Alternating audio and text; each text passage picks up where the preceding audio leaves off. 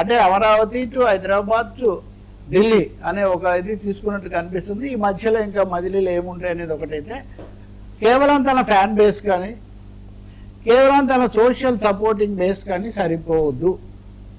అలాగే కేవలము ఒక ప్రాంతీయ పార్టీగా ఉండి జాతీయ పార్టీల మీద ఆధారపడితే కూడా చాలదు. తనకు తను ఒక జాతీయంగా వివిధ చోట్ల ఎంతో కొంత పునాది ఏర్పాటు చేసుకోవాలి అని భావిస్తున్నారు కాబట్టి ఈ పని చేస్తున్నారు అనుకోవాలి. దానికి తోడు అమిత్ షా మేము అక్కడికక్కడ మేమే ఎదుగుతాం కానీ ప్రాంతీయ పార్టీల మీద ఆధారపడాలనుకోవట్లేదు అని గట్టి మెసేజ్ ఇవ్వటం, ఇప్పటికే ఆధారపడిన ప్రాంతీయ పార్టీలను కూడా ముక్కలు చేయటం, వరుసగా ఒక 4-5 పార్టీలు చీలిపోయినాయి, తాజాగా తృణమూల్ కాంగ్రెస్ కూడా.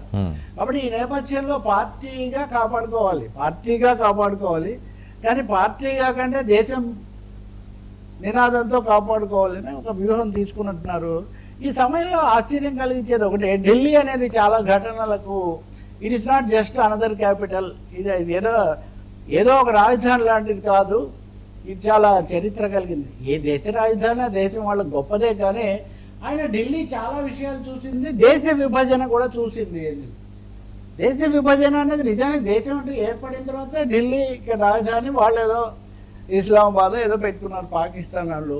ఒకసారి విభజన అయిపోయిన దేశాన్ని పదే దేశ విభజన అంశాన్ని ఎందుకు ప్రతి ప్రసంగంలో ప్రతి సందర్భంలో ప్రస్తావించుకోవాలి అనే ఒక ప్రశ్న వస్తుంది. దాని ద్వారా ఏం గుర్తు చేస్తున్నామని. ఎందుకంటే నిన్ననే ఆర్ఎస్ఎస్ అధినేత మోహన్ భగవత్ కూడా ఒక మాట మాట్లాడారు, పాకిస్తానీలు కూడా భారత్ లో కలవాలని కోరుకుంటున్నారు, అలా కలిసినప్పుడే శాంతి వస్తుంది అని.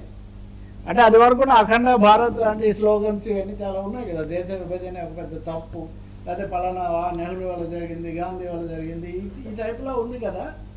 ఇప్పుడు ఢిల్లీ అన్నది దేశ విభజనను పూర్తిగా ఆమోదించి, పాకిస్తాన్ హై కమిషనర్ అక్కడ ఉంటాడు, మన హై కమిషనర్, ఎన్ని సంబంధాలు పాడైపోయినా ఉద్రిక్తతలు ఇది ఉంది. సో ఇటువంటి అప్పుడు ఇటు బంగ్లాదేశ్, అటు పాకిస్తాన్, శ్రీలంక రకరకాల ఉద్రిక్తతలు వివాదాలు నడుస్తున్న కాలం, మరి పవన్ కళ్యాణ్ జాతీయ సమైక్యత హైపర్ నేషనలిజం అన్నది బీజేపీ యొక్క సనాతనవాదాన్ని అంటే మనవాదం అన్నదాన్ని ఇంకొంచెం పెంచి దానికి వెళ్తున్నారు. ఇంకా మూడోది